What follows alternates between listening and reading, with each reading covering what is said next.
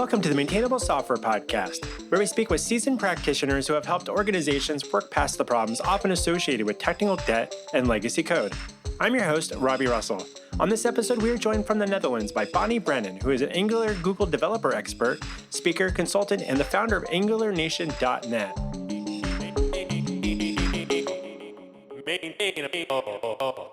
Bonnie Brennan, welcome to Maintainable. Thank you. It's good to be here. So as you reflect back on your time in the industry, what do you believe are a few common characteristics of well-maintained software? I would say probably the biggest one is the ability to pivot, keeping things lean and clean so that you can, because we all learn as we grow, hopefully. We all look back at code that we wrote a couple years ago horrified because we're so much better now. But we need to be able to update things as we go. And I've seen a lot of companies really struggling with that. When you say making sure that things are lean in a way that you can pivot, or are there some other exercises or things you feel like help ensure the quality of the code, or are there ways to make that something more tangible? Like when you look at some code to say, oh, that's something we can definitely change in the future. Is there some metrics or approaches that you typically look at? Well, the biggest one, I think, and the easiest one that I've told people over and over, and I found really helps is, especially when we're dealing with Angular, is to create a lot of modules. To make sure to keep, and not even just specifically Angular, but I mean, just to keep those files small and, don't put 1,500 or 5,000 lines of code in one file because it just gets really bloated. And to be able, sometimes we get so many things patched together that we can't update because, something's depending on something old, and that's really what we're trying to avoid. So if you keep things small and really build in the ability to pivot in the future when you learn new things, that we might not always use the same languages or tools that we do now. And we need to be able to change things as we go and not have these big, huge things that we can't change. What do you think leads to those? Do you think teams set out to intentionally build large, say, files, or do you feel like there's something that happens that kind of ends up resulting in that as a kind of an outcome? Yeah, I see a lot, and it happened to me too. First I was a junior developer, and I was just kind of stumbling along trying to figure everything out, right, for a while. And then I became a senior developer, and I got a little more practice, and I knew how to solve problems, and I got very good at tasks and problem solving, and it was fun for me, right? But I was solving each task as it came across my desk, and I wasn't really looking at the big picture. And it's okay if I wasn't, but someone in every team, I think, needs to be looking at the big picture and kind of keeping an eye on the overall, because it's like I found more and more with working with teams that, we talk about dry. And this is something that I've been teaching a lot in the architect training, that it's easy to look at your own code and keep it dry. And we know that we don't want to repeat ourselves in our own code. But once you get to the architect level and you're looking at the whole team or the whole company, right, then everybody's code needs to be dry, and you have to coordinate that and learn to work with that. So that's where these patterns and tools get to be more helpful. Just so for clarification, for those that might not be familiar with dry, what does that mean?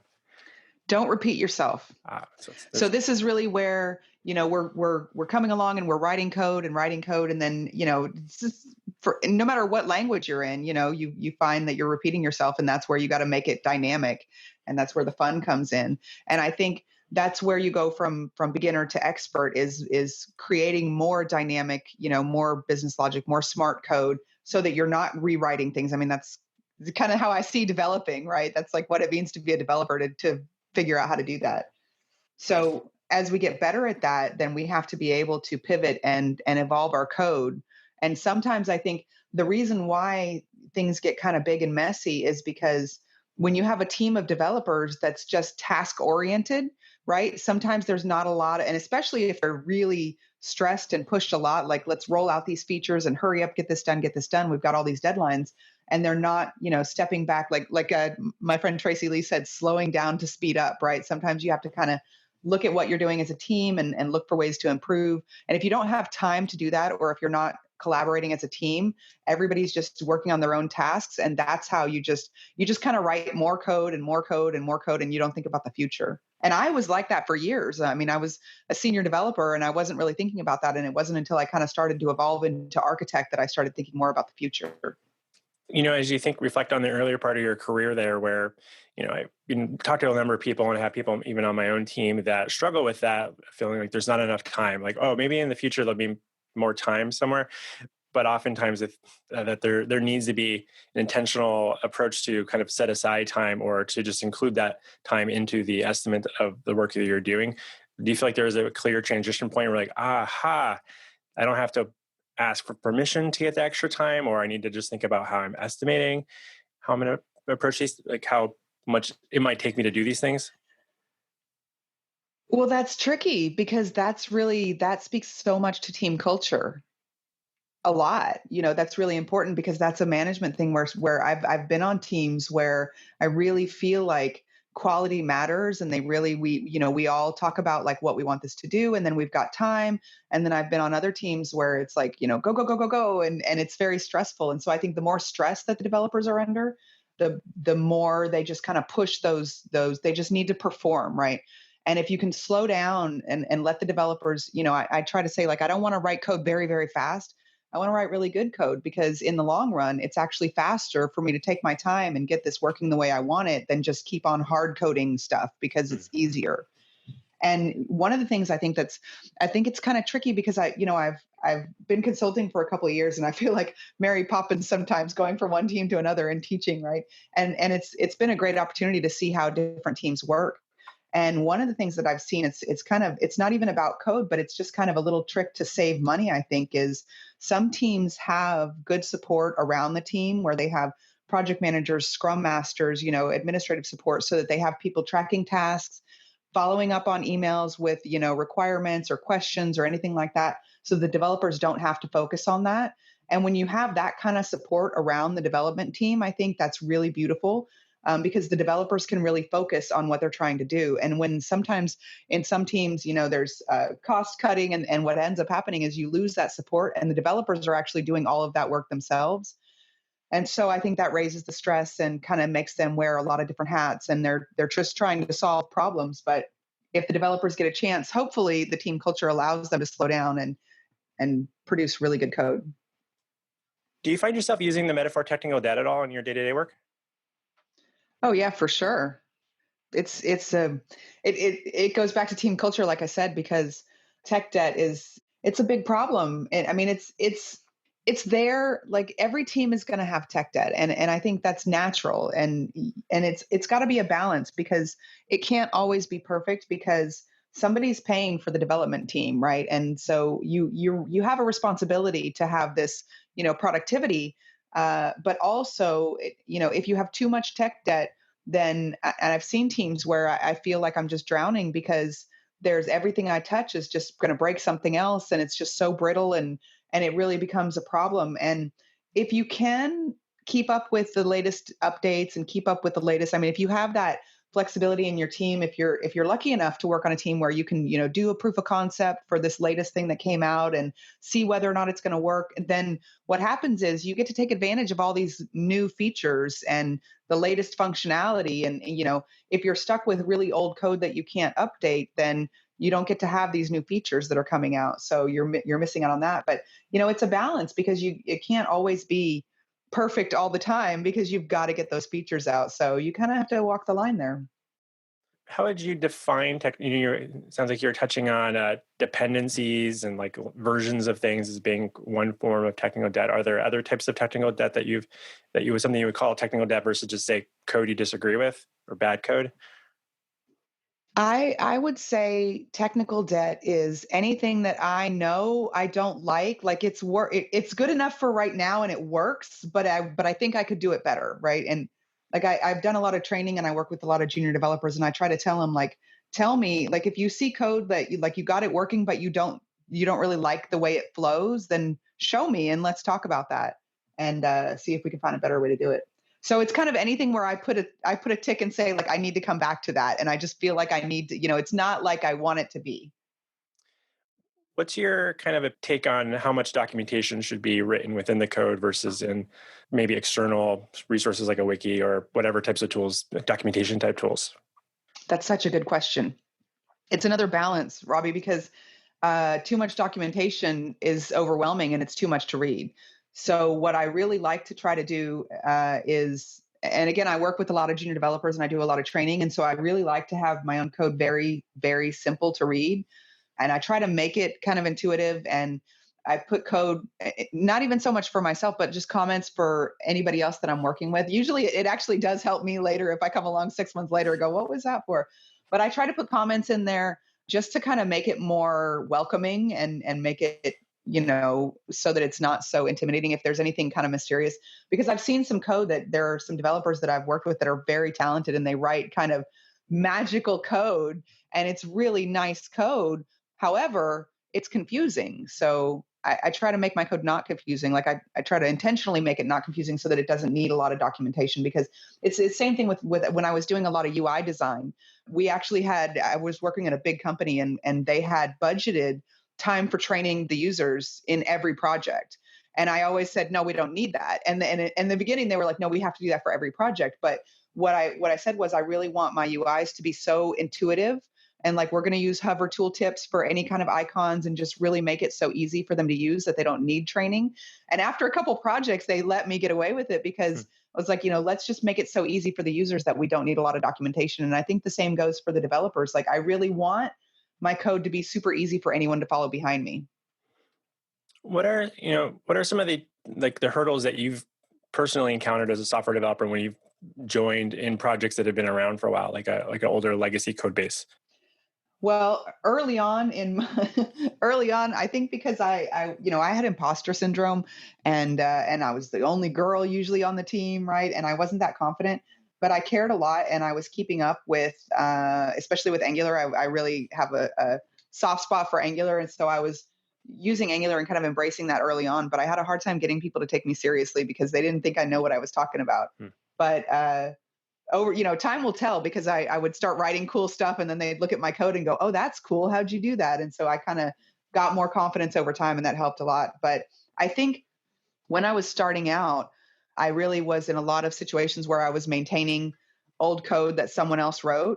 And that's hard. I mean, my first experience with Ruby on Rails was I was doing some PHP WordPress stuff, and my employer bought a website that was written in Ruby on Rails, and none of us knew how to write it. And so they were looking for somebody with Ruby on Rails. And I was like, well, let me just see if I went and got a book and said, let me see if I can figure it out, because we just need to make a couple of changes.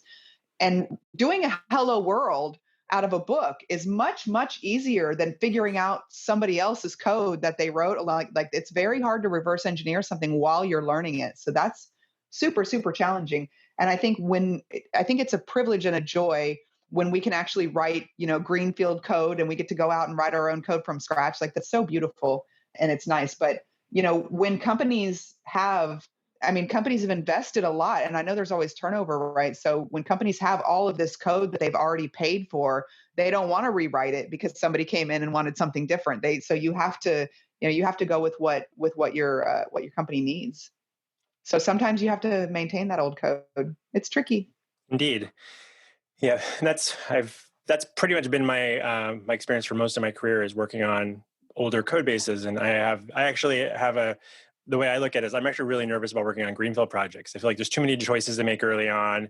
I like the kind of archaeologist approach to having to make sense of, like, what were they thinking back then, 15 years ago or 10 years ago, when the code first started getting developed by those initial developers. So, and I think most developers don't usually get that privilege of getting to work on a new project, despite probably in their, maybe if they're going through computer science classes or however they're learning through boot camps or picking up books and figuring it out on their own. But like, a lot of documentation and books are about learning how to build that hello world experience or building some example application. And you're like, okay, you're building up like these building blocks, and something's kind of guiding you. And then one day you show up and you're like, whoa, like this is like 100 times the size of a normal application I've ever built myself. Where do I even begin to make sense of this whole space? So it's interesting. I really like your archaeology example, because it just kind of makes it sound fun. And it's like you got to kind of peel back these layers and trace it from one function to the next to figure out, like, where is this coming from and where is this happening?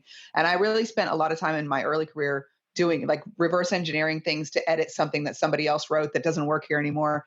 And I think that really made me that's kind of why I want to make my code so readable all the time, especially like function names and table names. Like I want it to make sense because I worked on it was like that Ruby on Rails one, like the table name was like T74. What does that even mean? What do I do with that? So I really like to make things that those naming conventions help a lot. But you're right, it is fun. I know that you started out as a self-taught single mom or have transitioned into being now a international conference speaker, expert consultant. What prompted you to start going down this path of your career? Well, when I was younger, I just started out, just kind of got the first job I could get. I was an entry level temp and I worked my way up to executive secretary and I was working really hard and I wasn't making very much money at all. And so I kind of hit that glass ceiling and there wasn't anywhere else that I could go because I wasn't skilled labor. And so I took a couple of web design courses and then I just kind of ran with it from there. And once I started writing code, really, I had a lot more opportunity and it helped me a lot. This is why I went with my kids and started trying to help others because, I didn't start coding until I was, in my 30s.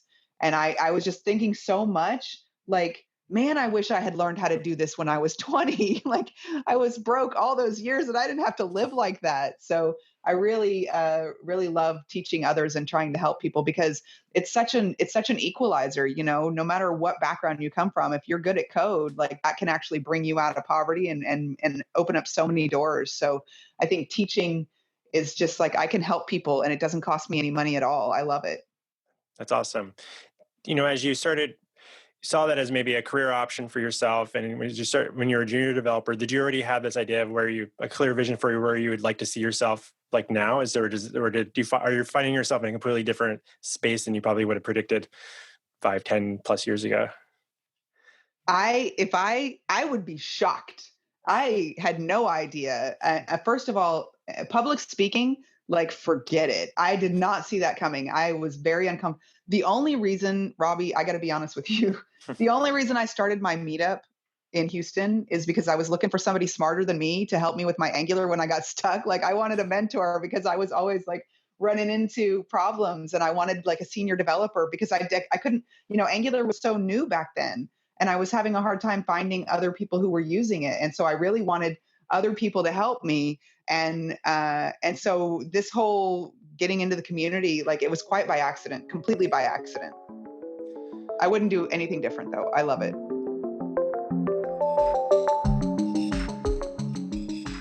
Hi there. Do you know someone who might be looking for assistance with their Ruby on Rails application? Planet Argon would love to meet them. We're offering a $1,000 referral bonus. Send someone our way, and if they sign up for services with Planet Argon, we'll give them a $1,000 discount. And in return, you'll get a check for $1,000 in the mail, just for knowing the right person. Hop on over to planetargon.com/referrals for more information and to refer someone our way. That's planetargon.com/referrals. Thanks.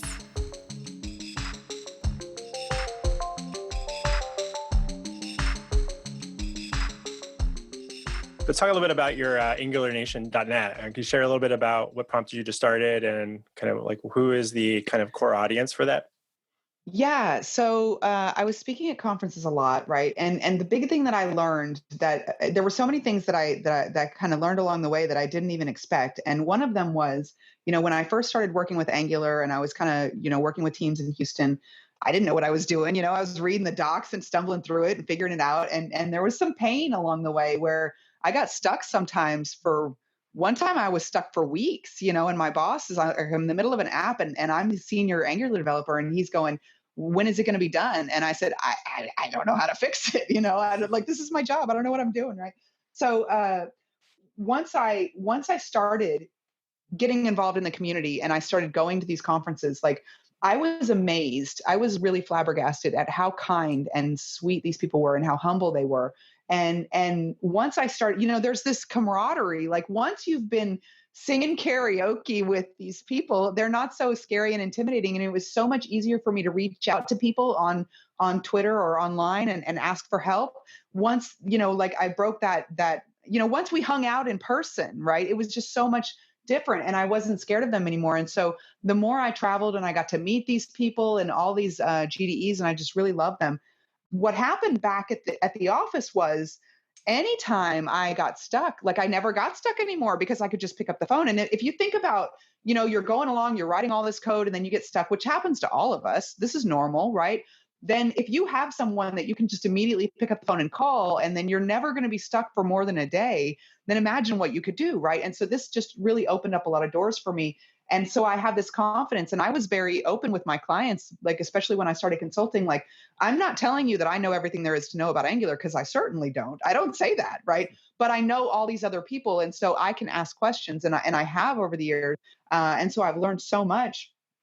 And the thing is, what I find is I'm talking to people in the audience and people at these conferences, and they come up to me, and because I try to be kind of approachable and, kind of silly. And what I find is that they think they're beginners. They approach me like they're beginners. They're very, kind of shy. And then when they start talking and asking questions, they're actually not beginners. They're like architects and team leads, and they're asking really advanced questions. So when I find people that really, like they are leading a lot, especially large teams, I've found some people in enterprise environments that like they're running, 20 other Angular developers, and like they don't have anyone. So my advice to them always is, you should be more involved in the community. You should be like talking to other architects. And they go, oh no, not me. So I had this Angular Nation domain actually was from Jeff Welpley originally. He bought it and he was going to do something with it. He got busy and then he gave it to me. And I didn't know what to do with it. Like, I thought it was cool. It sounds cool, Angular Nation, but I didn't know. I wanted like a Stack Overflow Reddit kind of thing where we can ask each other questions. But I really wanted to have that kind of cozy, because the internet's not a very nice place sometimes, and people are. And so I really like, how do I grab that cozy feeling, right? And I struggled with that for a long time because I didn't want to just create another social network. Like, I don't have time, I have other stuff going on.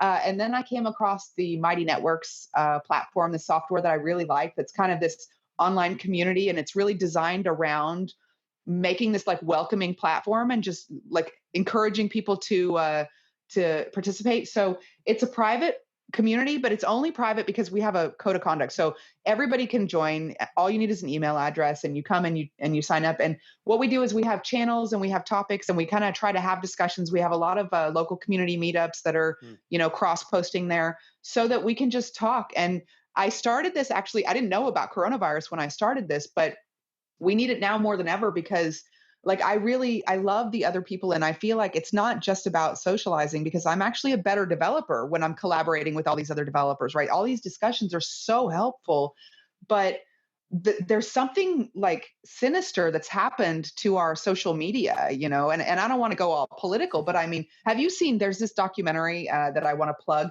on Netflix that just came out called The Social Dilemma. Have you seen this? Yeah, I watched it last week. Yes, right?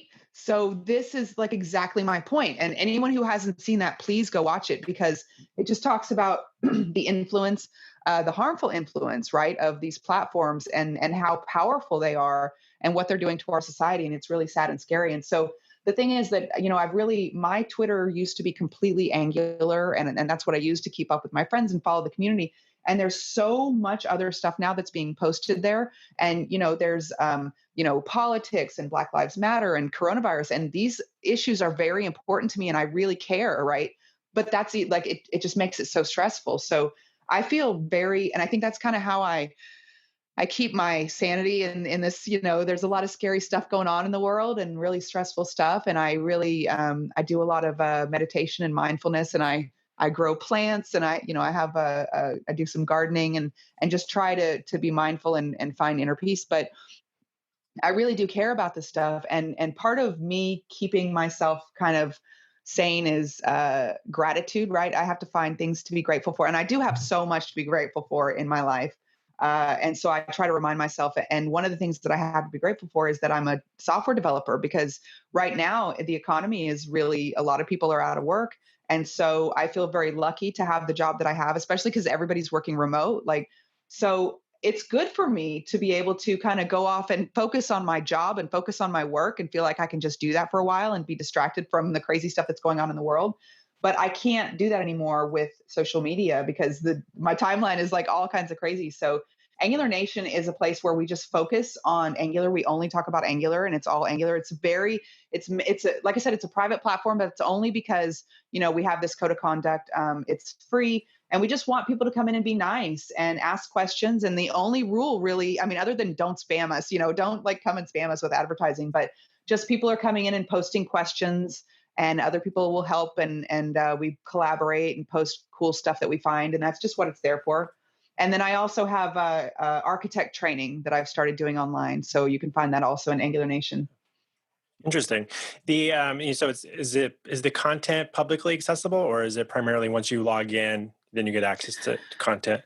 You have to log in, but it's free, and all you need is an email address. And I see, like, I have a pet peeve about spam. We have so much email marketing, and I just don't like it. And I don't. So the Mighty Networks you can actually have control over all your own notifications.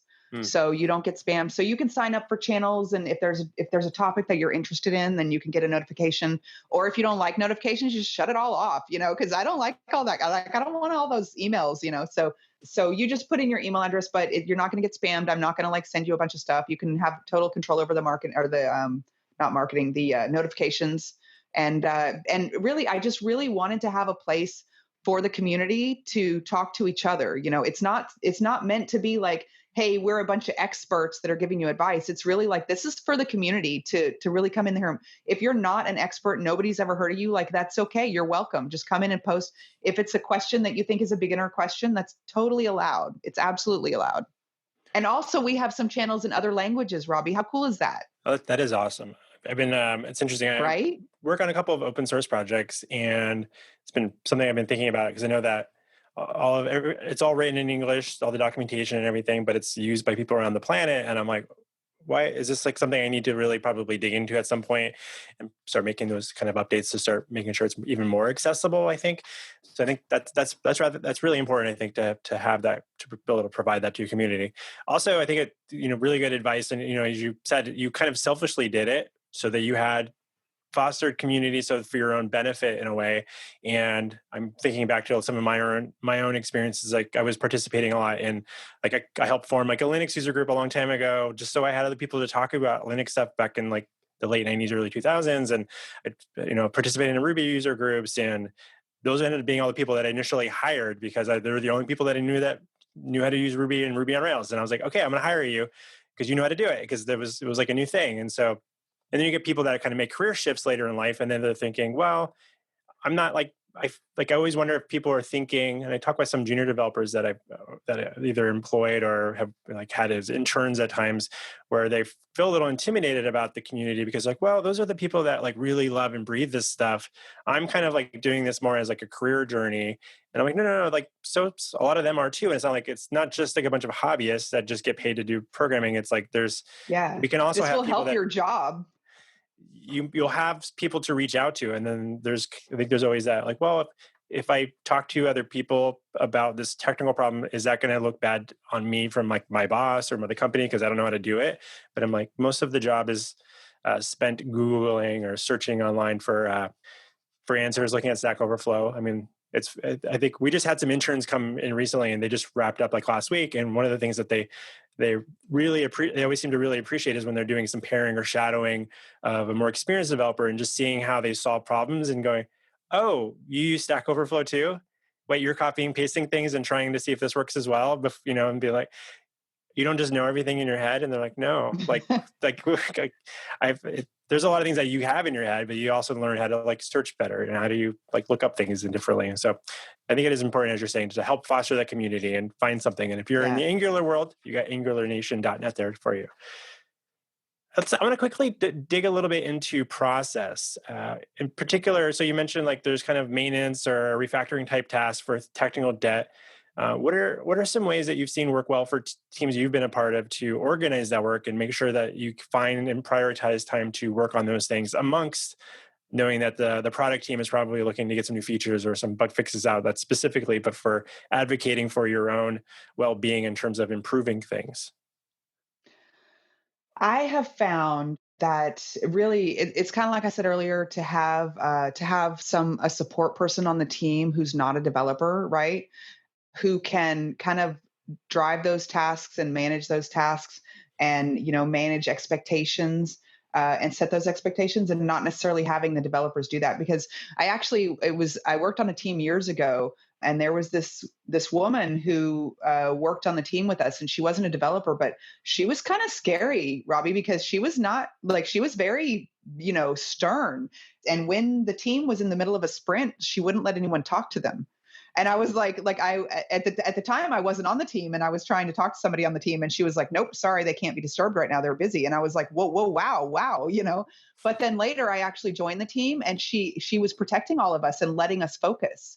And it was the most amazing thing, because we were not to be disturbed. And like, I've had teams where, I might be in a meeting every hour, and I can't, I've got all these tasks, but I'm in meetings every other hour, or stand up lasts an hour. And like, we have all these meetings, and it's really hard to focus. And so when you have someone who's kind of paying attention to the mental health and fitness of the developers, and making sure that they have, like, we don't bother them in the afternoons, because that's when their heads down in coding or that kind of thing. You have to have these expectations. I think you have to care about the quality as much as, if you're really looking at the big picture, and like I said, that's team culture. And I've seen some teams where even, it's all fun and games in the interview, but once you get there, it's like, no, just, we're going to worry about that later. We're going to talk about Angular 2 next year. Right now, let's just fix all these bugs. Right. And it's like, wait a minute, we're on Angular 4 now. Like, what are you doing? I've been on teams like this, and like, I care and I want to help and I want to do everything that I can. But the problem is the morale after a while. Like, I'm not excited about what I'm doing anymore, because I feel like I'm just kind of drowning in old, tech debt. And I want to be working on the latest cool new stuff and keeping my skills sharp. And sometimes, unfortunately, the only way to do that is to find another team. And that's really sad. And so this is the other thing, that if you care about training, and you care about how you have this team culture, then what happens is, because there are some developers, and see, this is the thing where if you want someone to do something, you have to let them see how it benefits them. So if you're a developer and you're just a normal, average, regular developer, and you don't have time to get involved in the community and do meetup talks because you got a family, right? Well, the thing is, the reason why you should consider doing that is because it actually literally will help you in your job and will help you make more money for your family, right? So in the same token, if you want companies to treat their developers better, then you want to let them know what happens is that you have maybe 10% of developers ish. I'm making that number up completely off my head. So let's just say 10% of developers are really motivated. Like, these developers are special. These developers have a spark. They care. They're paying attention. They're excited. You know what I'm talking about? Developers like that, right? They like totally get nerdy. They care. They work really hard, because like, they'll actually go on a Saturday and learn something because they're just nerds, right? And they really care. So those developers are worth more money, right? And then as those developers grow, and they're always learning, and they're spending their own personal time to learn more things and do research and watch these podcasts and that kind of thing, then those developers deserve to be treated really well, right? And to be able to work on that stuff. So what happens is, if you have this type of team culture, then you attract and keep these elite developers who are actually super, super excited about the work that they're doing. And you create them too. So it's that culture. And there are some developers, and a lot of developers, and I see this especially on teams where it's just, sit down and shut up and write your code, hurry up. What happens is, they're usually paid well enough that they're still going to do their job, and they're going to do the best they can every day, but they're not excited. And then you're losing all that productivity. So it's always a balance.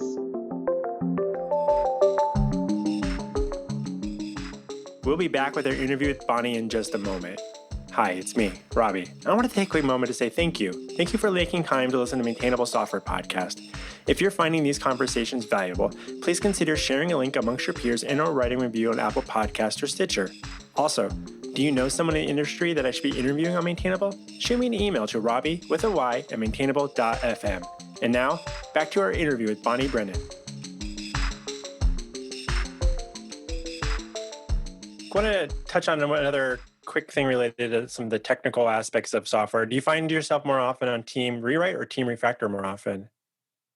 I would usually rewrite, but I would just base it. Like, I would look at the old code and kind of go off of it and rewrite it. But yeah, I would usually rewrite it, but I would like use the old code as a map and kind of go side by side and Not all at once, like intermittently, not the whole entire thing. I don't want to like rewrite the whole history.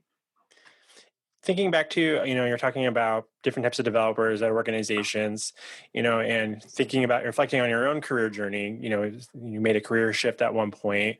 And so I think we can make a safe assumption that most of the people listening to this particular podcast probably are already working in the industry or on their way to be working. I don't know why. Otherwise, if you're not, hi, I'm so curious what you find interesting on this podcast at the moment. But let's assume that some of the people that are listening know people who are maybe considering this type of career change to move into the software development world, but they're unsure. And so for those that are listening, what advice can you offer them on how to have a helpful conversation with their friends or family that might be kind of contemplating and seeking advice on this? Oh, this is such a good question. Okay. The first year is hard. The first year is very confusing and you're going to feel overwhelmed because every time you turn around, you got something new to learn. Like I learned HTML and CSS and then I'm like, what is this JavaScript now? I got to do this. What is SEO? Like there's so many things and it's very overwhelming, but you have to remember that the reason why you want to be a developer in the first place is because we get paid a lot of money for this code, right? So if you learn that, your reward is financial security, which is so valuable, especially right now. So the reason why people pay us so much money is because this is hard. So buckle down. And the thing is, like, I actually never tried to be a programmer until I was in my 30s. You know why? Because I thought that they were like some freaky geniuses. I thought that they were just smarter than the rest of us. And I didn't try because I was intimidated. Right. And once I actually started kind of chipping away at it, and like the more I learned, the easier it got. But that first year was rough. So if you can get through the first year, and also even the people who are already doing code but are not involved in the community, like so many people say, I hear two things. Number one, I hear I'm going to wait until I'm an expert to start teaching other people. That's not, no, don't, it's backwards, right? You become an expert. You become considered an expert when you start teaching other people. And so you go ahead and you've got to do your first blog post or your first meetup talk. It's going to be tragic. It's fine. Get it over with, right? And then you get more practice and you get better as you go. And by the time you get big, nobody's going to go back and look. If you go back and look at the very first episode of NG Houston, it was tragic, right? I was so awkward. It's cute, but I mean, you don't have to worry about that. You just get started. And the other thing that I hear a lot that I really want to break down that misconception is a lot of people say, because English is not my first language and I'm not that confident about my English, stop that. Because so many people say that to me, especially now that I live in Europe. And I understand them fine, right? And don't worry about the grammar or having perfect English, because if you're doing a podcast, if you're doing a meetup and you're out there teaching, right, you're offering somebody something for free. And if you have something valuable to teach, then they're not going to care about your public speaking skills or your accent. It's not like, don't let that hold you back, because it's such a good experience. And don't wait for your confidence. The confidence comes later, if ever, right? You don't have to worry about that, but it's just so good to participate in the community. It's very helpful for the community. It's helpful for your career. So yeah, that's my advice. Start now. And the only thing, like, you can be a total beginner asking total beginner questions. The only thing that I ask, two things. Number one, be nice. Everybody will help you if you're nice. And number two, don't criticize work that other people are doing, especially in open source. The way to get help, you know what? You have two choices. You can either say, I'm trying to implement your code and it sucks and it's not working right. Well, nobody's going to help you. But if you say, hey, I really like your code and I'm trying to implement it, but I'm kind of struggling. Can you tell me what I'm doing wrong? Then you're going to get a lot of help. So that tone really makes a huge difference. So as long as you're having that positive attitude and being grateful for the work that other people have done and not criticizing you, that your code doesn't work, don't say that, right? As long as you're being nice, then people want to help you, and you don't need to wait until you're an expert to start getting involved in the community now. I think as you're reflecting on that you're even your own initial public speaking experiences and writing blog posts, things of that nature, what advice? So let's say there's someone listening and they're thinking, okay, I'm all right, I can do that, but what exactly am I going to talk about? What do I have to? I don't know enough yet. I'm not an expert enough at anything to be like, I know a lot about this one very specific thing that I can write a really good blog article about, or I can go on a podcast and talk about this type of paradigm, or go speak somewhere. What advice could you offer them on how to think about the types of topics that would be helpful for the community to hear about from them? Okay, so if I go back to the part about not having English as a first language, I hear from a lot of people that are learning English and learning Angular at the same time. And that is very challenging because almost all of the tutorials are in English. So if you wanted to do a tutorial in any other language Mm. other than English, that would be fabulous and super helpful. And it doesn't have to be expert, right? You don't have to do an advanced, it doesn't have to be advanced. One thing that I would say, well, two things. Number one, something that you found confusing in the beginning that you finally figured out but you struggled with, explain how you got that. If it's anything that you got stuck on for a while and you finally got it working and it was just hard, that would be a very good thing to focus on. Anything that you wish you had known when you first started, or the best thing, anything that you're excited about. Because if you're talking about something that you're really excited about, that comes through and everybody else gets excited too, and that's a good talk. That's some really good advice there. Yeah, I'm always thinking back to a lot of my early blog posts, and it was in the Ruby on Rails community was focused on like there wasn't a lot of documentation yet. There weren't many other blog posts yet. It was very new community. So it was like, all right, well, I can't figure out how to do this through the documentation or reading the code. So I might as well at least write something and share it because I might need to reference this again at some point too. And so it was like, then I started thinking about how I could write if I were to Google for this type of problem, what would an ideal answer be for the next person? And so I think it wasn't an intentional thing when I first started off. That just ended up being a way that I started sharing and getting into blogging at the time. So, and then I also find that developers sometimes might figure that out early on and they're really excited about blogging or producing content early on. And then they kind of get to this certain sort of confidence level that they're thinking, well, everybody knows what I know now. I'm now competent enough and I know, how to do things. What else do I have to say about new things? It starts to kind of fade from their priority list maybe because now they're focused elsewhere, or they're just thinking, well, now I'm in a different level of like what I should be able to understand and talk about. And so they find like another hurdle of what could I possibly say now? Everybody knows what I know, right? Do you have any advice for those types of people? I'm actually speaking maybe for my own self as well. Yeah, because this is where, and I've been in the Angular community for a long time, and you go for a while, for years. I was traveling all over the world, going to all these Angular conferences, and I started running into the same people over and over again, which was awesome because they're my friends and I love them, and so I was very excited to see them. But you start to get the same people in the same talks over and over, and also. Believe it or not, if you have the same group of people for years that are traveling together and hanging out together, you start to get drama. You start to get, oh, this person doesn't like that person, and it's really exhausting, right? And what I find is whenever I kind of run out of that energy, I really turn around and realize, like, for all the people, and this is really even more powerful for the people who don't feel like they have anything to offer because they're beginners. If you've only, like, I've been doing Angular since, Angular 1, but if you've only been doing Angular for a year or even 6 months, right? And you don't feel like you have anything to offer because you see all these other experts out there talking, all you have to do is turn around and realize there are new people starting Angular every day. There are new people starting their beginning programming every day. So if you look at someone, and especially there's a program called Hack the Future. I don't know if you've heard of them. Mm. If not, I should put you in touch with them because it's a really great organization. They help refugees. They basically take refugees and teach them how to code, which is super helpful for them to build a new life. And I love this, right? So there are beginners who are really, I mean, imagine when you were first learning, right? How much you were stumbling around. And so if you only have a year of experience, for somebody else, that's huge. Then to that person, you are an expert, right? And so if you get burned out because you've been doing this for a while, or if you just don't feel like, I mean, either way, you just look for beginners who need help and you will find so many. And also it's really rewarding because if you, some random beginner who doesn't know what they're doing has nothing to offer me, right? But I want to help that person because because it's easy for me. And that actually makes me feel really good. So then I feel better and then everybody's happy. So yeah, if you need that positive energy and to be excited about the community again, go find someone who needs help. And they will be very grateful because they're looking at you like, wow, I can't believe that you just solved my problem. I love you. And it just feels good. So I think that's some really good advice there for people, listening. If whether you're a junior developer or you've been in the industry for a while, to to think about the types of topics and the way you can help. And there's a lot of different ways of participating. And I know like tools like, online communities like Angular Nation allow you to go on and answer people's questions is often a good way.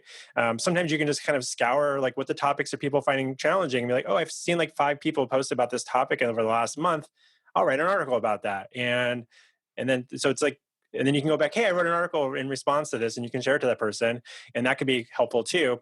That's something that I used to do in the past as well, Bear. But so as I kind of pivot to wrap up our conversation, Bonnie, what non-software development related book do you find yourself recommending to people most often? Well, I would say because of the crazy current events in the world, that there's a book called The New Earth by Eckhart Tolle. And it's not related to software at all, but it's just like when you look around and you see all of this, war and fascism and all this crazy stuff going on in the world, and it's scary, and there's, human rights things that are going on. Like, how do you find peace with that, with all the anxiety, where a lot of us are struggling with anxiety and depression, and there's a lot of negativity out there, and it's kind of scary. And like, how do you breathe at the end of the day? And so the book talks about that. He's very long-winded. It's a very long book, but basically, to give you the quick version, the answer is mindfulness and meditation. And I would absolutely encourage you to learn more about mindfulness and meditation if that's something that you're not already familiar with. And the book talks a lot about how to do that. And for those listening, I'm going to assume, I'm going to give Bonnie credit here. I think you have the most plants in the backdrop of anyone that I've had on the podcast so far. So I'm hoping that is another element of helping you kind of survive these interesting times that we're living in. I definitely think houseplants are an indication of inner peace. I don't know why. I didn't know that, but yeah, I think it is. And out of curiosity, are you really good at keeping them alive, or are you just really good at replacing them? I'm just so proud that you noticed them, Robby, because I have actually never been good at that. And this is something that I've just developed and gotten good at and I can tell you the secret, it's aqua globes.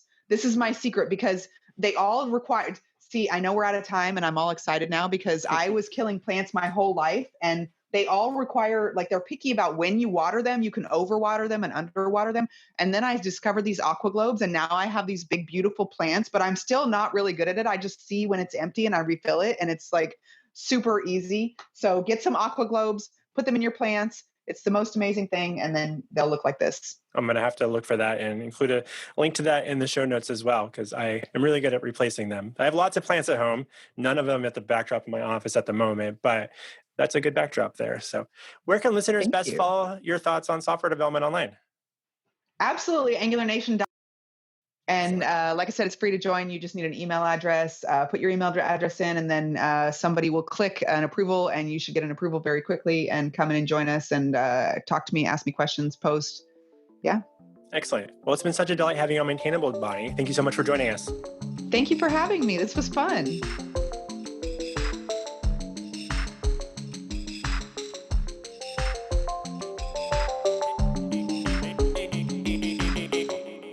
Maintainable.